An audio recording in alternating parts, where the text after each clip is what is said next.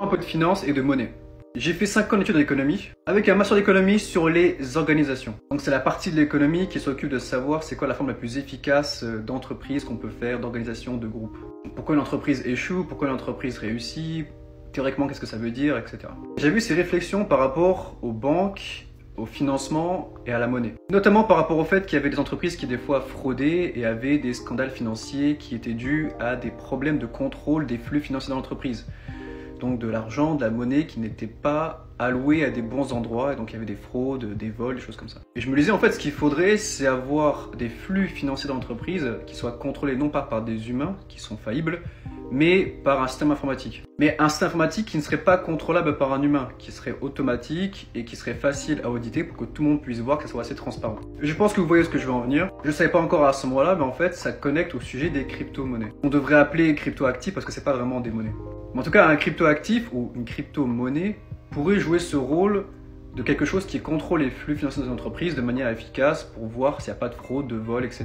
Et je me suis dit à ce moment-là que c'était la manière la plus efficace de pouvoir contrôler n'importe quelle fraude. Et aussi quand on y pense que ça pourrait être la manière la plus efficace de contrôler n'importe quelle fraude dans n'importe quel système macroéconomique ou microéconomique comme une entreprise ou macro comme un pays. Et on arrive à un point où cette idée d'avoir une crypto-monnaie ou d'avoir un actif qui soit contrôlable de manière informatique et de manière automatisée commence à faire son chemin dans la société pour pouvoir avoir des flux financiers qui empêchent les activités illégales et aussi tous les flux qui soient irréguliers.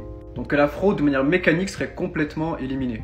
Et ça a à voir avec ce qu'on appelle les monnaies numériques de banque centrale, qui sont en travaux dans plusieurs pays dans le monde et qui permettraient théoriquement de pouvoir contrôler n'importe quel flux financier. Alors chaque version de ces monnaies numériques de banque centrale sont différentes selon chaque pays, mais on pourrait dire qu'au moins ce qu'elles permettent de faire, c'est de contrôler si les activités sont illégales ou pas. Et donc imaginons que quelqu'un vous vole votre vélo, et cette personne essaie de revendre ce vélo sur le marché noir. Alors évidemment, il pourra toujours le troquer pour quelque chose, mais il sera très compliqué pour lui de l'échanger en monnaie classique qui permettrait d'acheter des choses comme de la nourriture dans le système classique.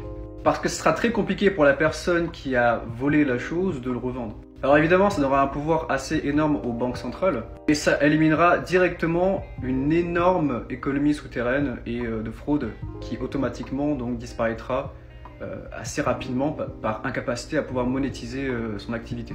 Alors je sais qu'il y a des gens qui sont contre ça et qui sont pour, et j'aimerais savoir dans les commentaires, est-ce que vous êtes pour ou contre ça?